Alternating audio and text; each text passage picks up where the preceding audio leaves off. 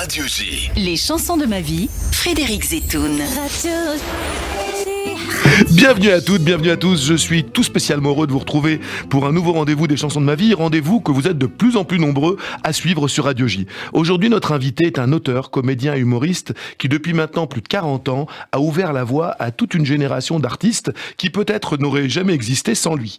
En incarnant le premier, un président de la République issu de l'immigration, il a innové et fait bouger les lignes du rire en France. C'est Smaïn que j'ai le plaisir de recevoir aujourd'hui. Bonsoir, bonjour mon cher Frédéric, très heureux. Comment allez-vous, Smaïn ? Mais très très bien, quand je vous vois toujours souriant. Bah écoutez... vous l'êtes toujours souriant, donc vous me donnez le sourire. Il est difficile de ne pas avoir le sourire lorsque l'on vous connaît, lorsqu'on a le plaisir de vous retrouver. On va pas faire mystère de ça.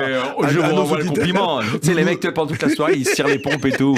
Nous nous connaissons un tout petit peu. On se connaît bien, c'est pour ça qu'on va se vous voyer. Voilà, c'est bien pour ça que je veux garder une certaine distance. Voilà. Smaïn, aujourd'hui, et ça va faire plaisir à beaucoup de gens, Smaïn remonte sur scène. Smaïn déconfinement, c'est pas moi qui le dis, c'est le titre de votre spectacle. Oui. Ça y est, vous êtes à nouveau sur scène. Oui. Ça vous a manqué ? Oui, mais j'ai toujours un peu travaillé, un peu moins. Mais c'est vrai que d'abord, j'ai cherché la manière de revenir. On ne revient pas comme ça. Donc, j'aurais pu revenir avec des anciens sketchs, j'aurais pu revenir... Bon, non, j'ai voulu revenir avec une vraie histoire. Donc, c'est un seul en scène où je raconte un peu mon itinéraire. L'itinéraire de cet enfant de Constantine, on connaît un peu mon histoire, je crois. Orphelin de Constantine, qui est arrivé en France. Nous allons avoir le plaisir de revisiter ça ensemble. J'ai rêvé ma vie à faire ce métier, à être donc entre parenthèses un artiste, voilà. Et donc j'ai voulu raconter un peu cet itinéraire et surtout rendre hommage aussi aux gens qui m'ont entouré, ma famille, mon voisinage. Voilà, les gens qui m'ont aimé, les gens qui m'ont permis de trouver en moi cet acte de résilience. Smaïn, quand je dis que vous avez ouvert la voie à de nombreux artistes, à de nombreux jeunes humoristes issus de l'immigration, c'est vrai.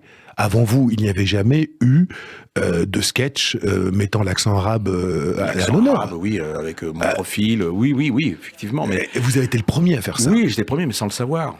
Non mais voilà, je l'ai fait. Ça ne vous rend pas moins coupable. Voilà, mais je l'ai fait parce que j'avais profondément envie de faire ce métier. C'était pas évident.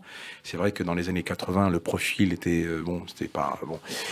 Et puis ça a été des rencontres, ça a été une émission de télé, ça a été ma joie de vivre, et puis l'envie de réunir, surtout très important. Et votre drôlerie, c'était quand je parle de vous en vous qualifiant d'auteur en tout premier lieu, vous avez une plume. Elle ne s'exerce pas d'ailleurs que dans le domaine du one man show et du comique. Oui. On aura l'occasion d'en parler puisque vous êtes un éminent parolier aussi maintenant et de plus en plus, mais c'est vrai qu'il fallait être assez gonflé pour imaginer le premier président beurre en France, quoi. C'était tout nouveau. Et je pense que des gens comme Jamel et d'autres humoristes issus de l'immigration, encore une fois, peuvent vous dire un grand merci. C'est vous qui leur avez ouvert la voie. Mais ils le doivent aussi, et je le dis toujours, et je le souligne, ils le doivent à leur talent. À leur talent, certes, mais vous savez qu'il y a toujours un grand frère qui ouvre la porte. Moi, c'est ce que je dis, j'ai mis la clé dans la serrure, et puis après, tout le monde est rentré.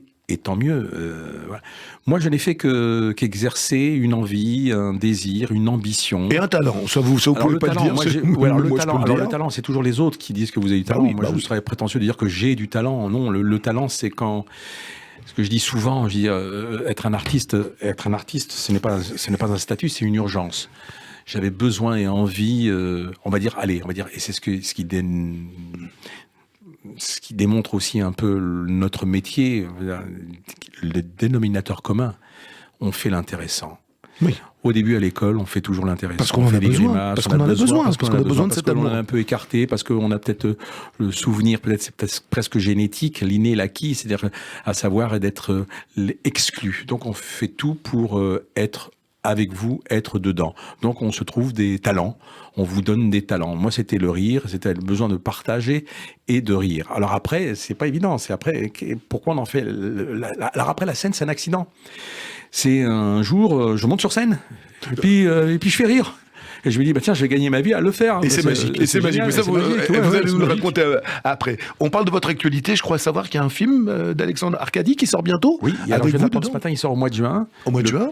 Le Petit Blond de la Casbah. Le Petit Blond de la Casbah. C'est le dernier film vous jouez, alors, bon, on va le dire, vous avez la gentillesse de me montrer quelques photos de vous dans ce film. Oui. Donc vous êtes en fait un professeur, le directeur de l'école. Un directeur de l'école un petit peu facho. Vous avez un petit peu la moustache d'Adolf Hitler dedans. Alors que pas du tout, justement. Non, mais ça c'est parce que c'était à l'époque. À l'époque, ils avaient des petites moustaches. C'est ça. Et alors je fais une petite anecdote géniale qui va vous faire rire. Donc je tourne le film. Oui. Donc je répète, donc c'est un film d'Alexandre Arcadi qui s'appelle Le Petit Blond de la Casbah, qui sort au mois de juin. C'est un film choral. Oui. Donc c'est un film choral. Donc il y a Franck Dubosc, il y a Michel Boujna, il y a Marie Gillin. Vous êtes en bonne compagnie. Voilà, il y a Jean Benguigui, donc parenthèse Jean Benguigui. Le jour du tournage, moi j'ai ma petite moustache à la Hitler quand même. Oui, et avec une chachia sur la tête, voilà. Et le soir, qui vous sied à ravir. Et le vendredi soir, évidemment, Shabbat. Alexandre Arcadi m'invite au Shabbat. Donc je fais Shabbat avec eux. Et c'est notre ami Benguigui, Jean Benguigui, qui ouvre la porte. Et il voit ma tête, avec la stache mou, la moustache Hitler. Voilà. Et il a eu un petit hoquet. Bon, ben voilà, ça c'est l'anecdote. Shabbat Shalom, quoi. Voilà. Non, c'est un film qui relate un peu l'enfance d'Arcadi. J'ai voulu le faire parce que j'aime beaucoup ce monsieur. Oui. Et puis, je trouve que c'est bien de rendre service, d'ouvrir un peu aussi cet horizon, l'horizon de ses souvenirs. Voilà. Donc, je n'étais qu'un outil parmi tant d'autres. Mais quel outil Voilà, un outil à révéler un peu son histoire. Je crois que le film est réussi.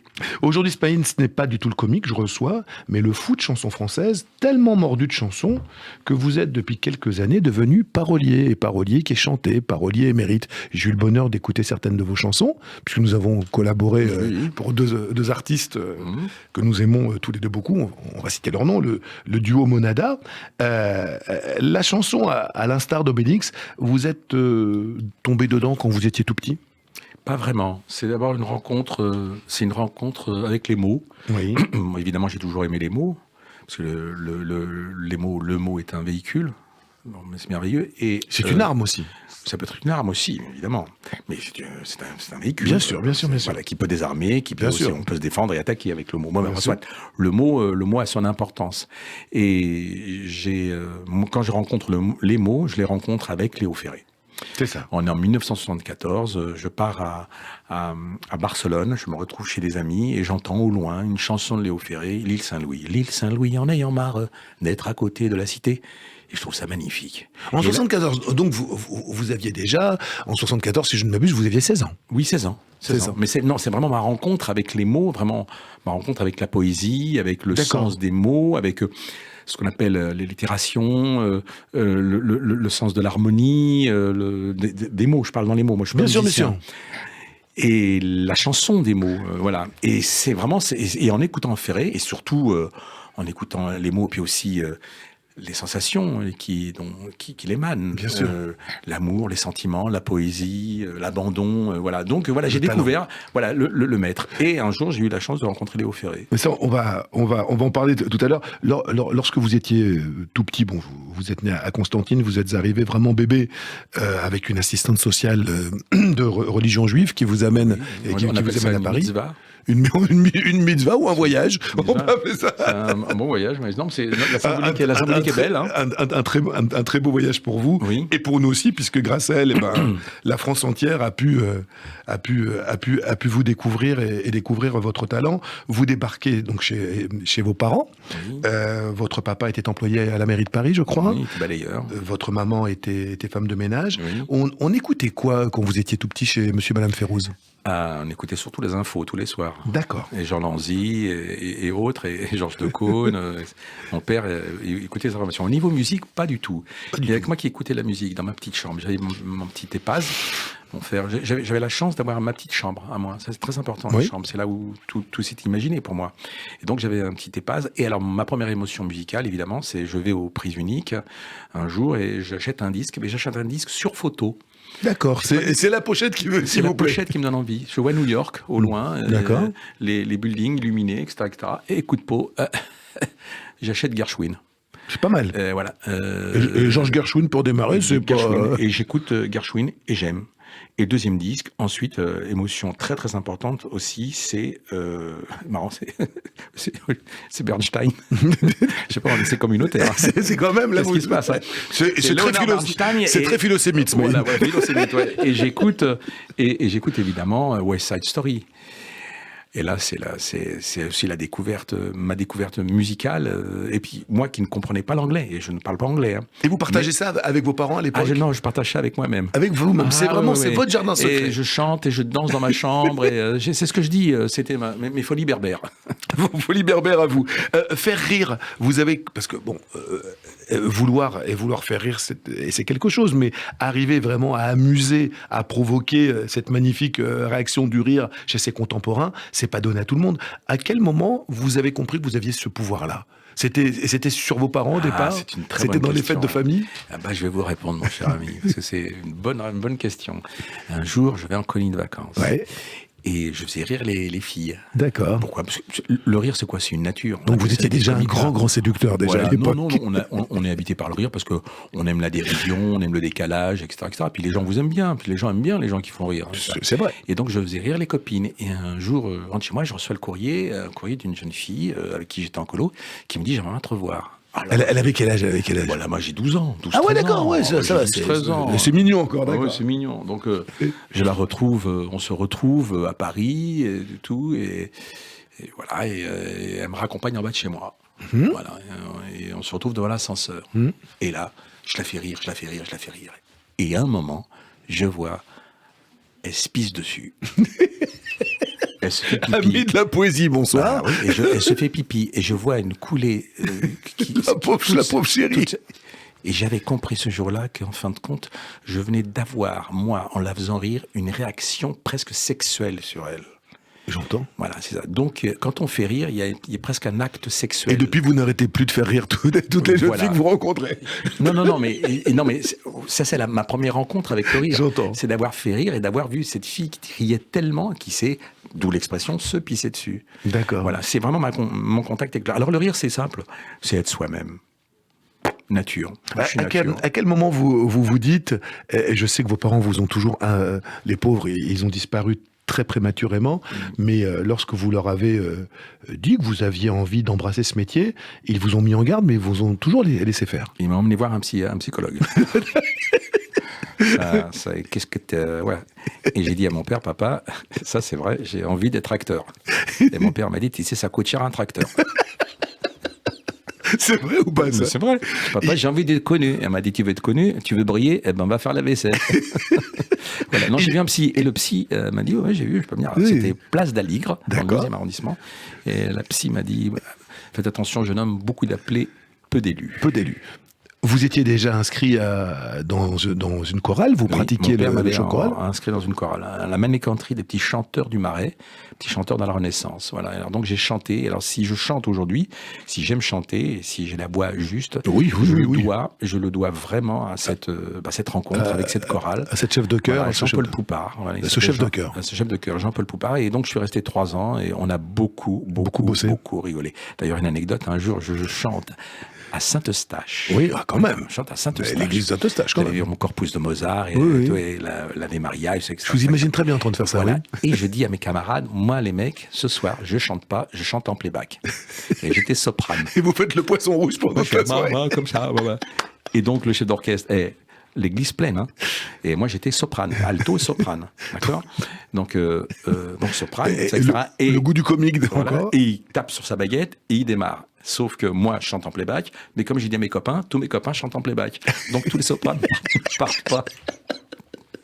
Il a eu un bordel. Et vous alourdez après?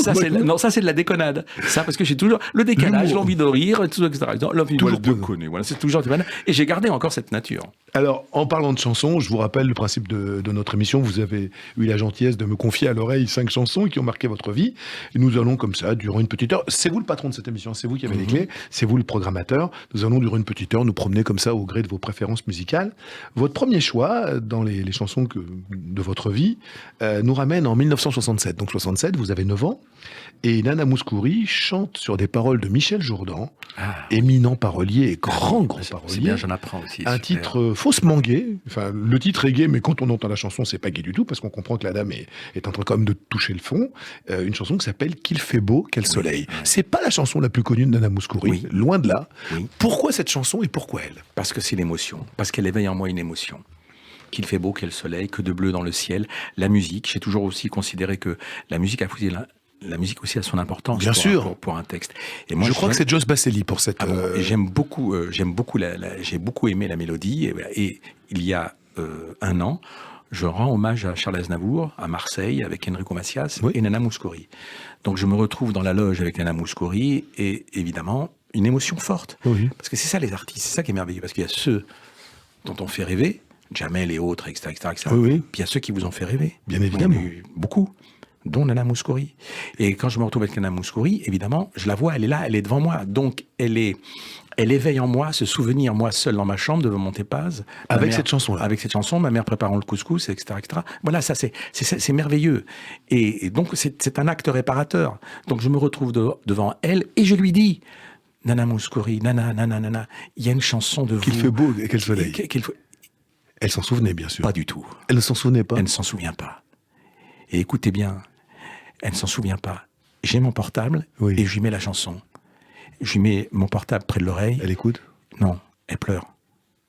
D'accord. Donc elle s'en souvenait. Elle pleure. Non, elle se souvient, elle me dit, je ne me souviens pas d'avoir fait cette chanson-là, mais elle a des frissons, et je la vois, elle pleure. Mais et ça m'a bouleversé. Donc c'est un acte aussi réparateur. Alors pourquoi cette chanson?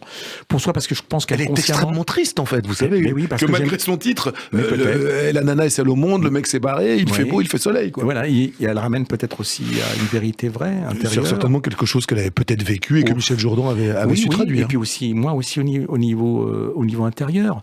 Je veux dire, il y a dans le texte, sans le savoir, il fait beau, quel soleil, c'est le départ, je te quitte, etc. C'est le lien aussi affectif avec ma mère. C'est magique quand même. Hein, bien sûr. Les chanteurs et les chanteuses qui vous ont fait rêver sur votre petite Épaz quand vous étiez petit, vous avez souvent eu l'occasion d'aller leur dire qu'ils vous ont aidé à vivre. Lorsque vous avez gagné vos galons de vedette, oui. Michel, dont on va parler tout à l'heure. Michel Fugain, Jacques Monty. Oui. Ma mère adorait Jacques Monty. Donc un jour, j'ai rencontré Jacques Monty dans une émission. Et alors c'est tout con. Je reviens chercher mes rêves d'enfant. Ouais, je vais le voir et il est très étonné. Moi, à ce moment-là, je suis tout en haut, exact. Et je vais le voir. Il est très étonné que je vais le voir. Je lui dis, écoutez, je viens vous dire merci pour ma maman, parce que ma maman vous adorait. Et je l'aurais dit aussi, si je l'avais connu, je l'aurais dit aussi à Claude François. Les artistes, c'est pour ça que les artistes, moi, il faut rendre hommage à tous ces artistes, à tous ces gens, Montand, Salvador, etc. Tous, la liste est longue, on pourrait durer. Est-ce que les gens dire merci parce que c'est eux qui nous ont quand même éveillé cette envie, cet acte réparateur. Ils passent aussi par ce prisme, leur talent. Il y a des chansons qui vous ont aidé à vivre? Bien sûr. Ben évidemment. Celle-là, j'ai beaucoup pleuré sur Léo Ferré. Quand je perds ma mère adoptive, je pleure beaucoup sur Léo Ferré. J'écoute. On s'aimera à l'époque, je crois. Avec le temps, mais Madame, le bonheur, il y a tout. Il y a tellement de chansons. La poésie. Magnifique chanson. Paris Spleen. Moi, je vous propose pour le moment de revenir à cette magnifique chanson de Nana Mouskouri, Qu'il fait beau, quel beau soleil. On l'écoute et on se retrouve tout de suite après. À tout de suite. Nana Mouskouri, Qu'il fait beau, quel beau soleil. Le choix de Smaïn dans les chansons de ma vie sur Radio J. Smaïn, en écoutant Nana Mouskouri, il y a quelqu'un dont je ne peux pas ne pas vous parler, quelqu'un qui a été une grande rencontre pour vous, qui a été un compositeur magnifique pour Nana Mouskouri, c'est Michel Legrand. Oui. Ça a été une grande rencontre dans votre vie. Oui, une rencontre, ça fait partie aussi des rêves de gosse. Des cadeaux de la vie? Oui, je me rappelle au foyer d'aide sociale à l'enfance, je perds ma maman, je me retrouve dans un foyer rue de Vaugirard. Et on avait chacun un rôle le mercredi ou le jeudi, je ne me rappelle plus. Alors moi, je balayais la salle de télé. Mm-hmm. Alors je m'enfermais dans la salle de télé, je m'enfermais carrément à clé, et je mettais la télé. Et il y avait à l'époque, rappelez-vous, il y avait FIP 514 qui passait à la télévision. Oui. Et sur FIP 514, il passait souvent du Michel Legrand. Et j'ai dansé sur du Michel Legrand en balayant la salle de télé. J'ai toujours cherché, à travers l'objet, le rêve, le décalage. Donc, l'évasion aussi. L'évasion, c'est ça. Donc, mon premier disque qu'on m'offre au foyer, c'est Les Moulins de mon cœur. Et j'écoute Legrand. Et vous travaillez un jour avec lui? Et ça tourne en boucle, et puis un jour, voilà, mon métier, je monte sur scène, et un jour, je suis au Casino de Paris, il est au 6e rang. Et vous travaillez avec lui? Et alors, on se rencontre, on se lie vraiment d'une amitié réelle, sincère et profonde, et puis je lui dis, tu sais, j'écris des chansons, il me dit, écoute, c'est simple, je les écoute, j'aime, je prends, j'aime pas, je prends pas. J'en ai écrit 13, il en a pris 12. Et qu'il a mis en musique. Il a mis en musique. Ses textes en musique. Et l'album s'appelle Délit de Fa dièse, et qui, pour des raisons un peu techniques et de production, n'est pas encore sorti. Mais on fera tout pour. Et nous l'attendons avec plaisir. J'en reviens à Nana Mouskouri, dont on ne dit pas assez qu'elle a eu aussi une vraie carrière politique, notamment au Parlement européen.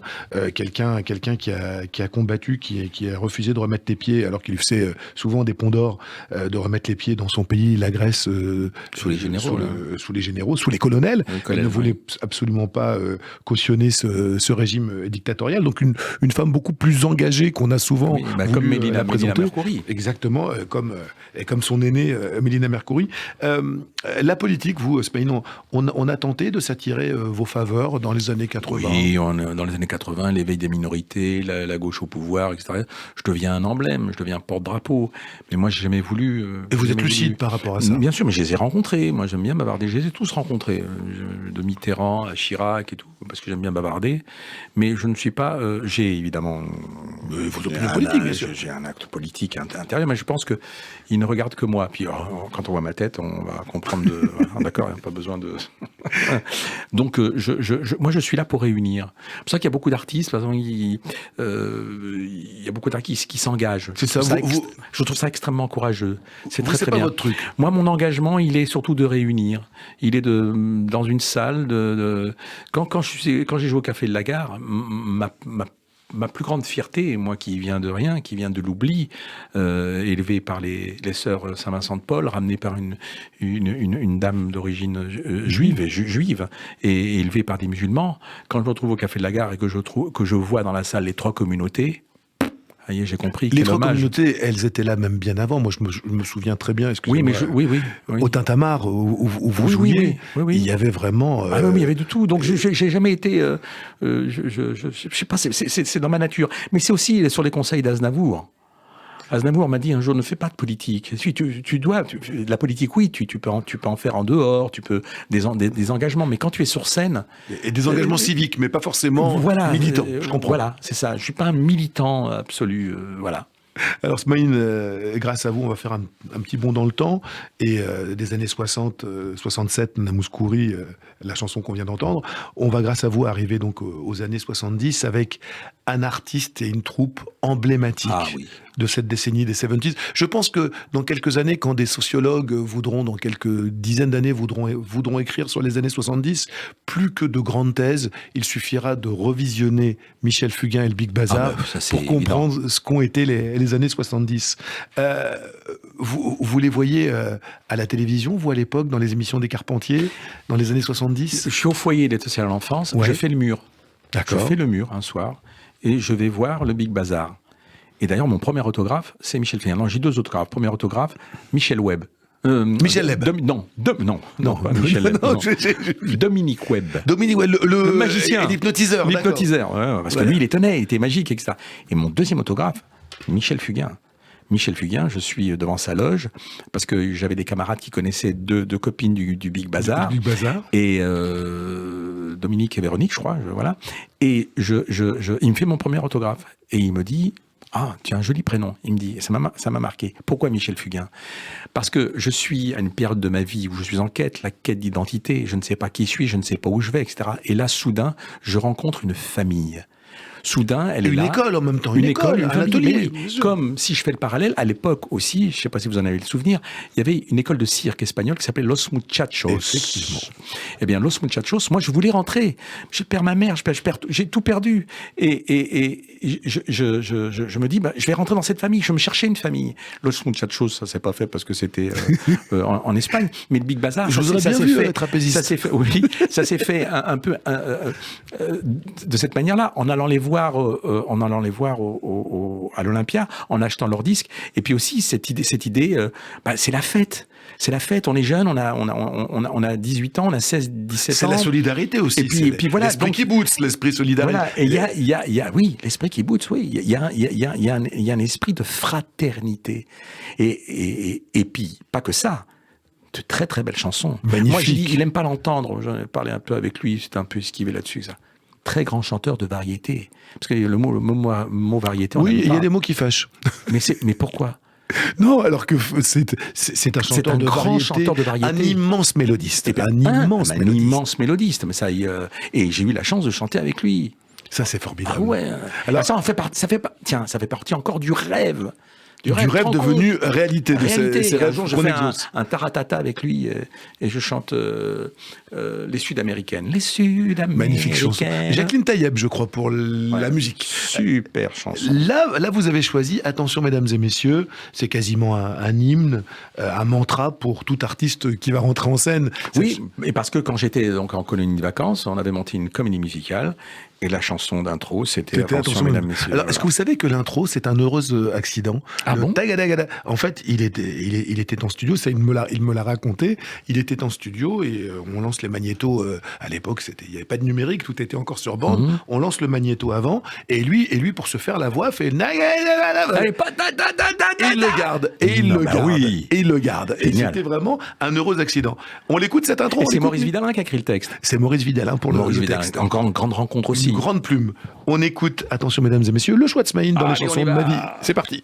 Attention mesdames et messieurs, c'est très émouvant de voir votre émotion en écoutant ça, Smaïn. Michel Fugain et le Big Bazar. Alors, certains artistes ont fait leur classe dans le Big Bazar avant de devenir vedette. Je pense notamment à Roland McDan qui a fait partie du Big Bazar, entre autres.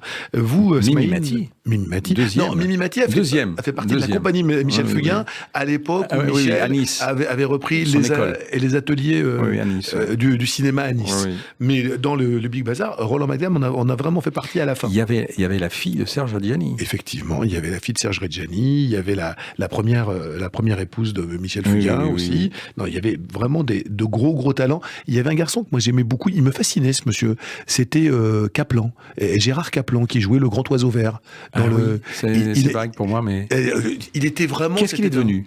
Il est devenu. Il a monté une agence de pub. Il a travaillé dans la pub et j'ai eu l'occasion de le croiser lorsque j'écrivais des slogans de pub pour une radio amie et néanmoins concurrente. J'ai eu l'occasion de le rencontrer. Et c'était le même personnage, un petit peu dégarni, les cheveux comme ça, et toujours habillé. Ah oui, je vois, avec des longs cheveux. Et habillé toujours avec un costume d'oiseau vert. Oui, énorme. Alors, votre Big Bazar, à vous, ça a été le théâtre de Bouvard. Oui. Ça a été très court, mais bon, c'était très court, mais il y a 20 millions de téléspectateurs qui vous découvrent là-bas. Ça a été important. On rentre comment un jour au théâtre de Bouvard? Ça se passe comment? On passe une audition, c'est oui ou c'est non. Et ce fut oui. Mais une audition, pourquoi? Parce que vous étiez déjà dans un cours de théâtre? Non, moi je faisais du cabaret. Voilà. Et c'est Lim, je ne sais pas si vous vous souvenez. Bien sûr, Lim, le grand Lim, grand personnage. Qui me voit un jour au cabaret et qui me dit, je lui dois beaucoup quand même à Lim. Hein. C'est lui qui me dit, tu devrais être présenté au théâtre de Bouvard. Donc je me suis présenté au théâtre de Bouvard et puis je suis arrivé avec une idée de sketch. Et alors, ce qui est fou, c'est que je suis rentré vraiment tout de suite dans la famille, parce que je suis allé voir donc mes copains, qui allaient devenir donc les inconnus. Oui. Didier Bourdon, Pascal Légitimus, Campan, et puis Simon Bruxelles. Et je leur ai dit, tiens, j'ai une idée de sketch. Et puis, ils sont bien marrés à l'idée. On a fait le sketch. Le sketch était pris. L'idée, c'était très simple. J'avais compris que dans 2 semaines après l'enregistrement, il y aurait la remise des Césars. Donc j'ai imaginé la remise des Césars, sauf que le réalisateur à qui on remet le prix n'est pas là, sauf que le balayeur de plateau, il était là. Mohamed. Alors évidemment, je jouais, il faut se remettre dans l'époque, mais très important, je jouais sur les mots. Alors j'ai dit bonjour, j'ai très bien connu le réalisateur, c'est moi qui l'ai balayé le plateau, et il dit vous appelez comment? Et je m'appelle Ali comment? Hollywood.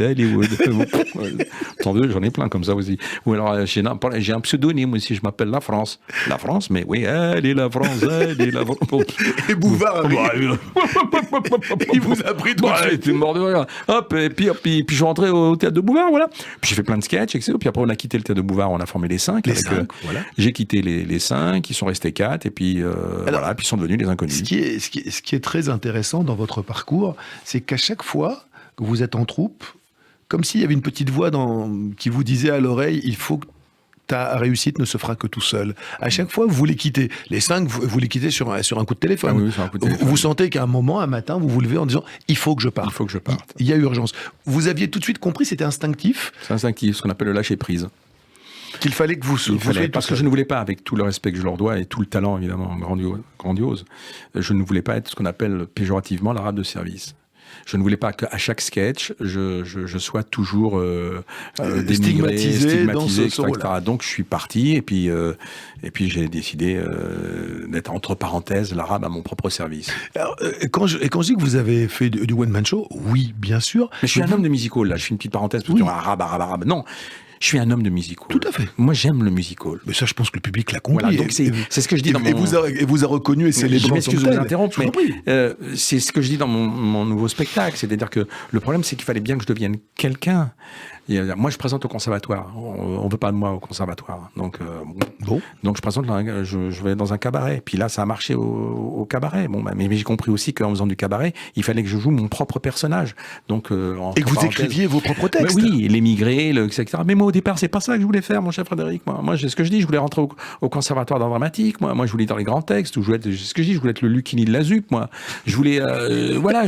Mais C'est bon, bien le problème, c'est que le contexte ne s'y prêtait pas. Alors aujourd'hui, oui, c'est ce que je dis. Le beurre. Aujourd'hui, on y parle des beurres. Non, le beurre, aujourd'hui, ce que je dis, le beurre a fondu dans la société. Mais à l'époque, il fallait bien exister. Bien sûr. Il fallait bien que j'existe. Mais moi, au départ, mon rêve, il était où? Mon rêve, c'était Thierry Lafronde. C'était de jouer dans la boum. Pourquoi moi, je roulerais pas une pelle à Sophie Marceau dans la boum? Mais moi, j'avais pas la tête. Mais donc, vous y arrivez.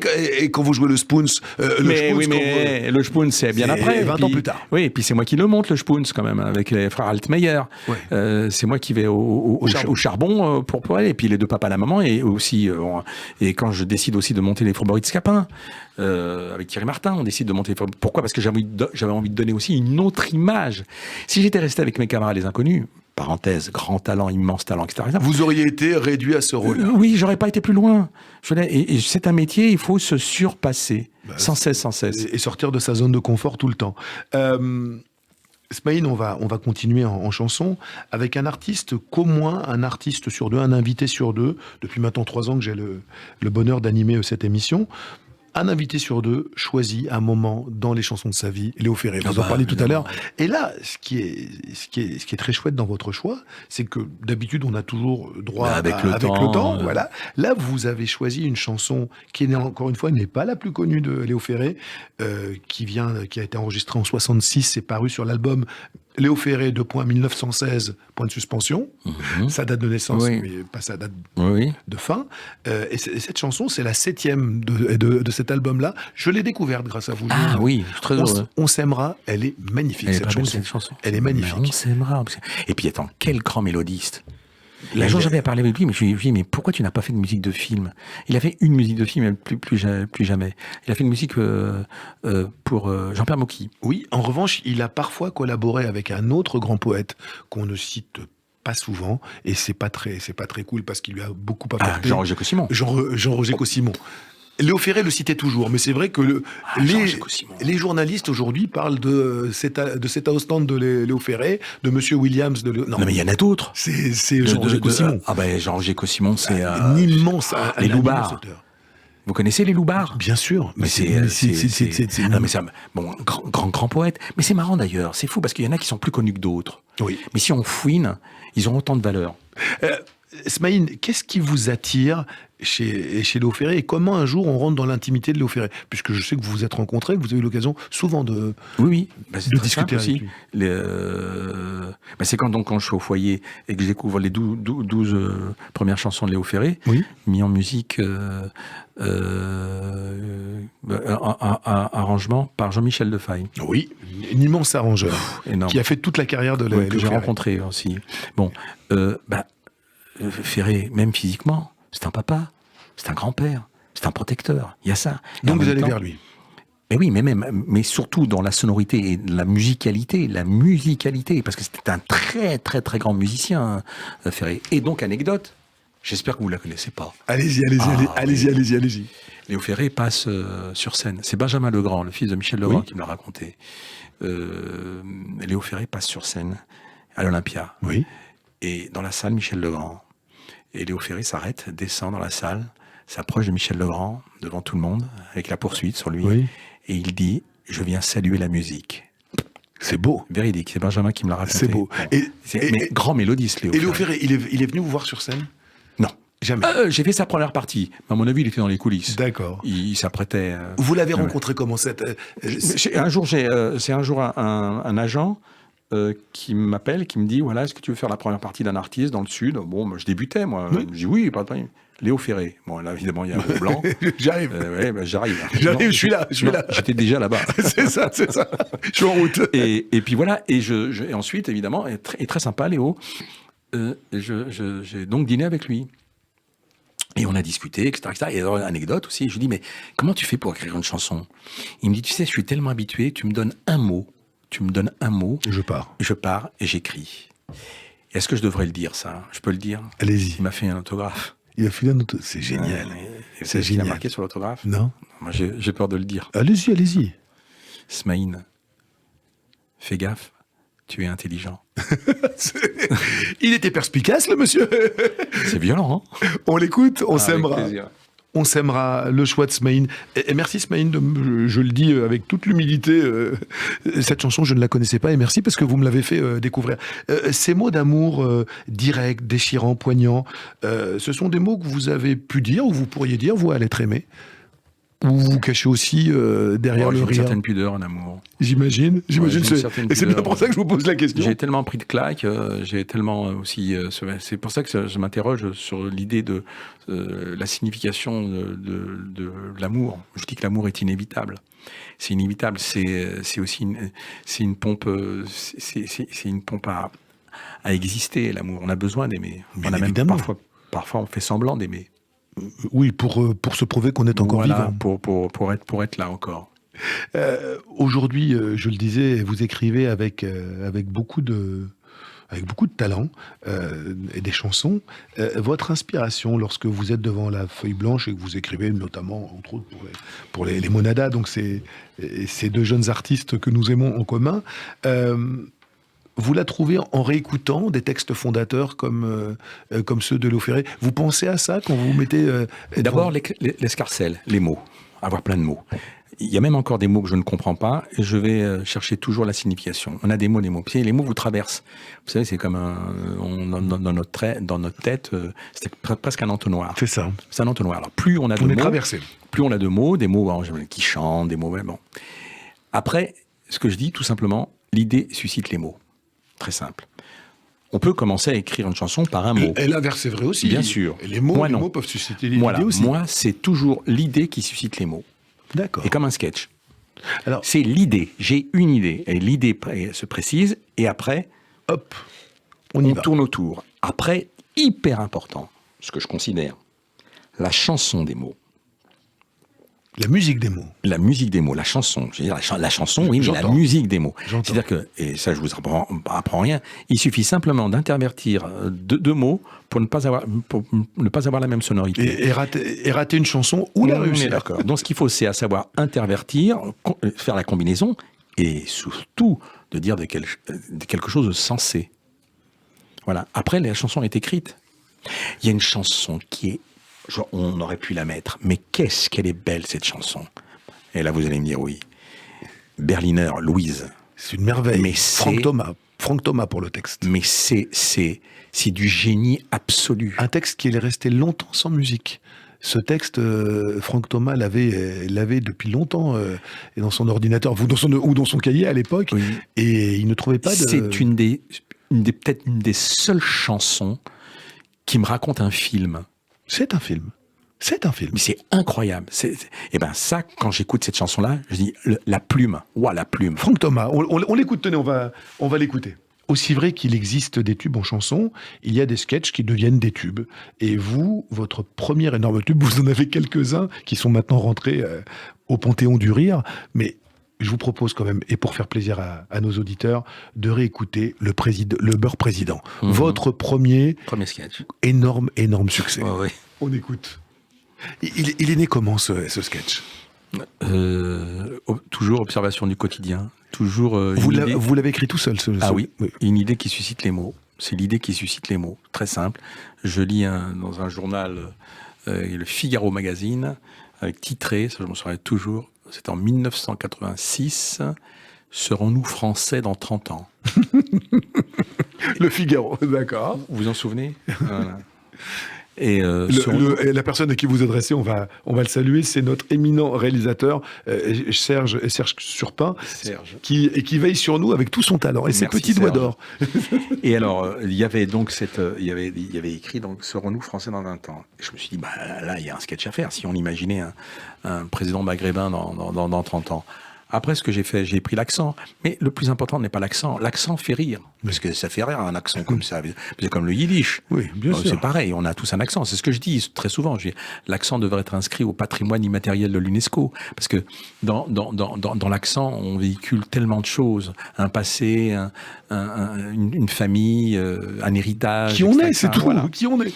Donc, moi, je rends hommage à mes parents, en même temps avec l'accent, etc. Mais en même temps, dans les mots, j'ai voulu percuter deux identités, comme ça. Quand je dis par exemple, il faut augmenter le pouvoir d'Aïcha. Je dis Aïcha, ça fait rire les Maghrébins, la communauté, mais ça fait rire aussi les autres. Acha.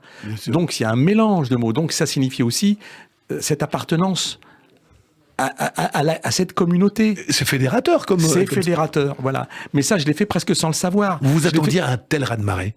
Non. Du jour au lendemain, les salles ont été bondés. Oui, non, surtout, ça arrive au bon moment.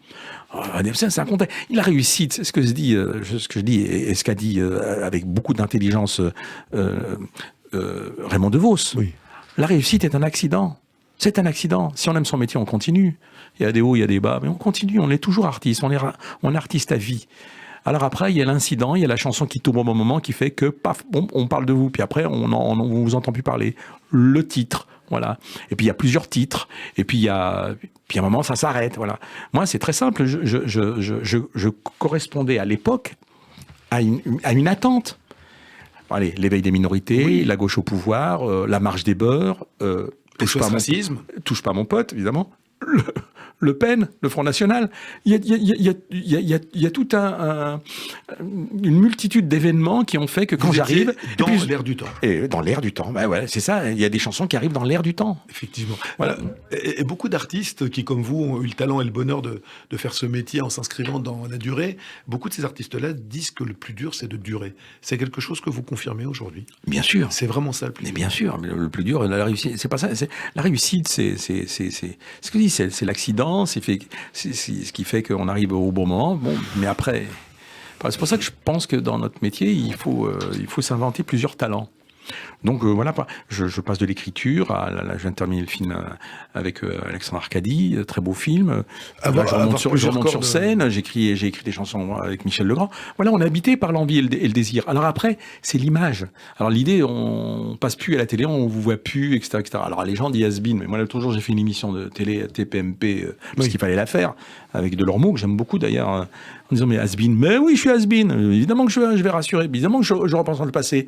Mais on peut pas dans ce métier se réinventer. On peut pas se réinventer d'autres vies, d'autres désirs. On peut pas. Je souhaite à tous c'est bien franco-français. C'est d'ailleurs ce qu'on appelle l'étiquetage. Aux États-Unis, non. L'étiquetage est quelque chose d'assez malveillant parce que de dire un artiste qui n'est plus totalement. Je souhaite à tous les has-been d'avoir fait la carrière que vous avez faite et de continuer à la faire. C'est pas un joli mot. C'est juste malveillant. Oui, alors moi je le dis pas de ça chez nous, Smaïn. D'accord, mais moi je le dis pour rassurer les détracteurs. Oui, franchement, ça nous était pas venu du tout. Oui, bien sûr, oui, bien sûr. On continue en musique avec un petit chef-d'œuvre interprété par une voix en or, celle de Johnny Mathis, et un pur chef-d'œuvre, c'est Misty. Alors. Vous savez qu'au départ, ce n'était qu'un instrumental composé par Errol Garner, et ça ne devait pas être une chanson. Lorsqu'elle enregistre sur son album Contraste, c'est qu'un album de musique, un album instrumental, en 55. Et il va falloir le talent de Johnny Burke quelques années plus tard, qui met des paroles sur ce morceau, et le premier à la créer au sens, le premier à l'avoir enregistré, c'est Johnny Mathis en 1950. Johnny Mathis, on est d'accord. En 1959. Alors depuis, les versions, il y en a eu tous. Sinatra, Sarah Vaughan, Ella Fitzgerald, Count Basie, tout le monde a repris repris cette chanson après. Et Johnny Mathis, là encore, c'est un souvenir de télévision. Les Carpentiers, les années 70, Oui. on voit Johnny Mathis très souvent le samedi soir à la télévision. Ah oui. Qu'est-ce qui vous attire dans cette voix? Qu'est-ce qui vous attire dans la voix? La voix. La voix. Une voix transporte aussi une émotion. Et la voix de Mathis, et il y en a tant d'autres aussi. Tony Bennett, on aurait pu aussi mettre Tony Bennett. Tony Bennett, waouh. Vous imaginez que Johnny Mathis, il avait tous les talents. Il avait été sélectionné pour participer aux Jeux Olympiques dans l'équipe américaine en athlétisme. Ah bon, je savais pas. Il avait ce talent-là aussi. Et puis finalement, c'est le chroner qui a pris le dessus. Il a eu une grande carrière aux États-Unis. Une immense carrière aux États-Unis. Pourquoi il n'est pas venu en France? Il est venu, il est souvent venu en France. Il a souvent fait des Olympias en France. Il a 87 ans, il vit toujours. Depuis qu'il est sorti du placard et qu'il a affirmé son homosexualité, il y a notamment dans la gente féminine certaines de ses fans vieillissantes qui l'en ont voulu un petit peu. Ah oui. Il avait quand même l'image d'un homme à femme, donc ça ne doit pas forcément être évident à assumer, mais il est toujours là, il a 87 ans. Non, mais il a une voix colorée, une voix magique. Il y a des voix qui voudront. Bon, évidemment, on va pas citer Sinatra, il y en a tellement, etc. Mais la voix. Tiens, c'est tout con parce que moi je suis un fouineur. J'écoute la voix de Jean Sablon en ce moment. C'est magnifique. Le premier à avoir chanté avec un micro. Un micro, ouais. Alors qu'à un moment, on l'a considéré comme un ringard, comme un. Justement, et parce qu'il utilisait un micro, un immense interprète. Mais il a une très belle voix. Laura il a chanté Laura, chanté par Sablon, c'est magnifique. Elle est magnifique. Vous me parlez de Laura, moi je vais rester quand même sur Misty. Misty. Allez, Misty. Smaïn, on va continuer à... Moi, plus je vous entends parler chansons, et plus je me demande quand vous allez avoir le plaisir de nous offrir un album de vos chansons à vous. Bon, il y a certains comiques qui ont voulu faire ça, ça n'a pas forcément bien marché. Oui, moi on a des noms, on les taira. Oui. Non, moi c'est surtout je suis passé par les mots quand j'ai rencontré Michel Legrand, et c'est vrai que l'album, c'est vrai qu'il y a des. Bourvil a prouvé que c'était possible, qu'on pouvait être un grand comique et faire de magnifiques chansons. Bourvil commence, il chante, il commence par chanter au départ. Oui, et il est comique, on va dire pas comique troupier, mais il est quand même comique paysan. On va dire. Et après il arrive au cinéma, etc. C'est bon. Mais ces grands succès, ce sont les chansons d'Eddie Marnay, qui sont des chansons de tendresse. La tendresse, c'est des immenses chansons d'émotion. Donc on peut tout à fait faire rire dans un certain registre et être perçu sérieusement avec des chansons qui touchent au cœur. Je suis très confiant pour l'album que j'ai écrit avec Michel Legrand. Bon, c'est des problèmes aujourd'hui techniques et de production. Donc, je crois qu'on va recommencer tout à zéro. Enfin, je vais pas rentrer dans mais les chansons sont là, en tout cas. Mais par contre, je tourne toute la France avec un orchestre, de big band, dirigé par Jean-François Durez. Et là, je viens de jouer, par exemple, à Hirson, et pour le festival de jazz. Oui. Alors, je me retrouve avec 25 musiciens. Et là, je chante Legrand. Je chante des chansons que j'ai écrites avec Michel Legrand. Donc ces chansons existent sur scène. Elles existent sur scène, mais j'aimerais qu'elles existent sur vinyle ou alors sur CD, comme ça je pourrais m'en poser. Vinyle, c'est... ça revient. Mais ça revient beaucoup avec un répertoire rock, avec une esthétique beaucoup plus rock'n'roll. Je suis pas sûr. Enfin, aller sur les TikTok. Voilà, et on vous découvre. Smaïn, vous êtes papa de 3 grands enfants. Votre fille est aujourd'hui comédienne. Une de vos filles est comédienne. Vous le vivez comment, le fait qu'elle ait voulu embrasser cette carrière-là? Elle se démerde. Voilà. Vous l'avez encouragée, vous l'avez... Rien. Vous l'avez mise en garde? Rien. Elle a eu un déclic. Alors quand je dis elle se démerde, je la conseille. Bien sûr. Mais je ne l'aide pas. Vous êtes quel type de papa? Est-ce que c'est facile? Moi, ma question, je vous la pose autrement. Quand on a fait rire pendant des années... quand on a fait plier la France en 4 pendant des années à la télévision, c'est facile de rentrer à la maison et d'avoir un petit peu d'autorité sur ses gosses? Très difficile. Mais alors attends, un truc qui va vous surprendre, je ne fais pas rire mes enfants.